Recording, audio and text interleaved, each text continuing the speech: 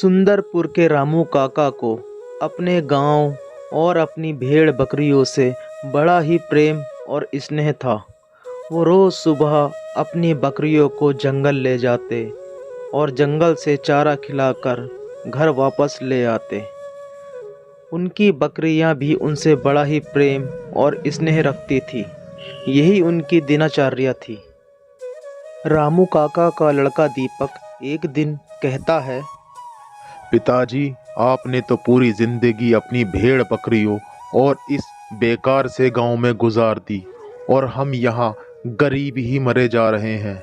मैं अब इस गांव में नहीं रहूंगा।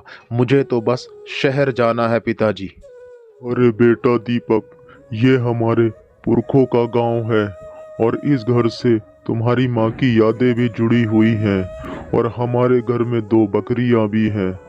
इसीलिए गांव में ही रहना उचित है। तुम शहर जाकर क्या करोगे बेटा? यहीं मेरे साथ रहो। मैं अब बूढ़ा हो गया हूँ। आगे का सारा काम तुम्हें ही देखना है बेटा दीपक। शहर मत जाओ, मान जाओ मेरी बात बेटा। देखो पिताजी, मैं तुम्हारी तरह इस गांव में जिंदगी नहीं गुजार सकता। मुझे अपने जीवन को अच्छा बनाना है। इसीलिए मैं अब इस सड़े हुए गांव में बिल्कुल नहीं रहूंगा। मैं कल ही शहर जाऊंगा और शहर जाकर कोई अच्छा सा काम तलाशूंगा और खूब पैसे कमाऊंगा। आप ही इस गांव में रहो पिताजी। बेटा दीपक, मैं अभी भी तुम्हें समझा रहा हूँ कि गांव का जीवन सबसे उपयुक्त जीवन है। शहर में कुछ नहीं रखा बेटा। शहर में बीमारियां ही बीमारियां हैं। शुद्ध हवा भी नहीं है, ना ही जंगल है।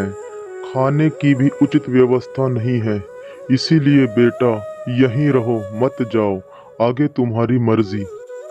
दीपक अपने पिता की बात नहीं मानता और अगली सुबह बस में बैठकर वो शहर के लिए रवाना हो जाता है।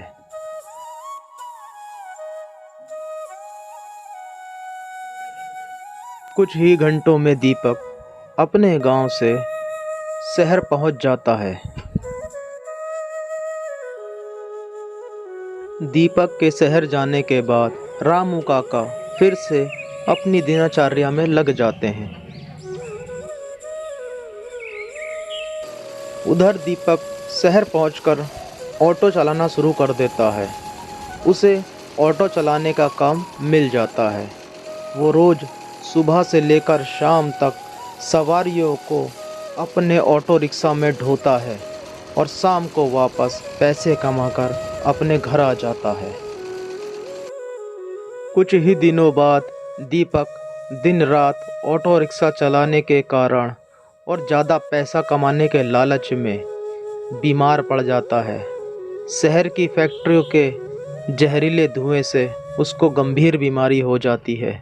तभी वो सोचता है कि पता नहीं मेरे शरीर को क्या हो गया है। ठीक से भूख भी नहीं लगती, मन भी बेचैन रहता है।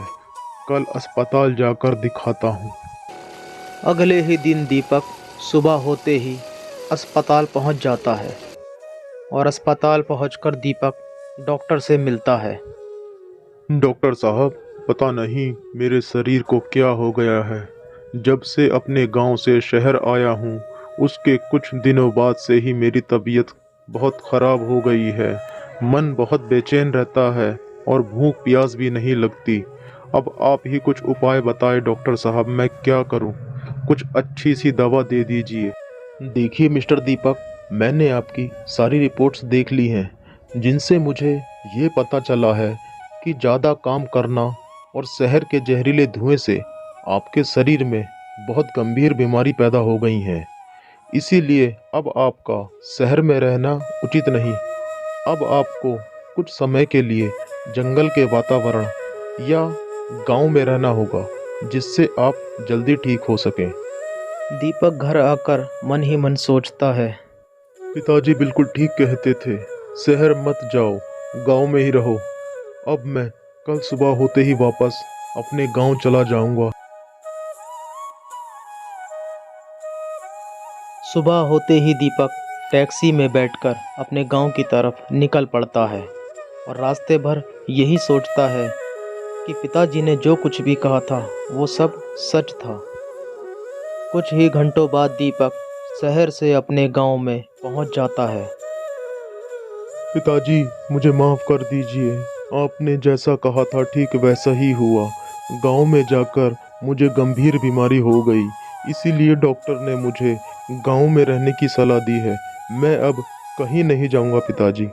बेटा दीपक, तुम बिल्कुल मत घबराओ। भगवान की कृपा से तुम जल्द ही स्वस्थ हो जाओगे। अपने गांव की शुद्ध हवा और यहाँ के वातावरण से तुम जल्द ही ठीक हो जाओगे।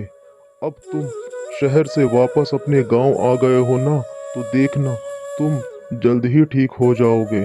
तुम बिल्कुल मत घबराओ। तुम्हारा बूढ़ा बाप तुम्हारे साथ है मेरे बेटे।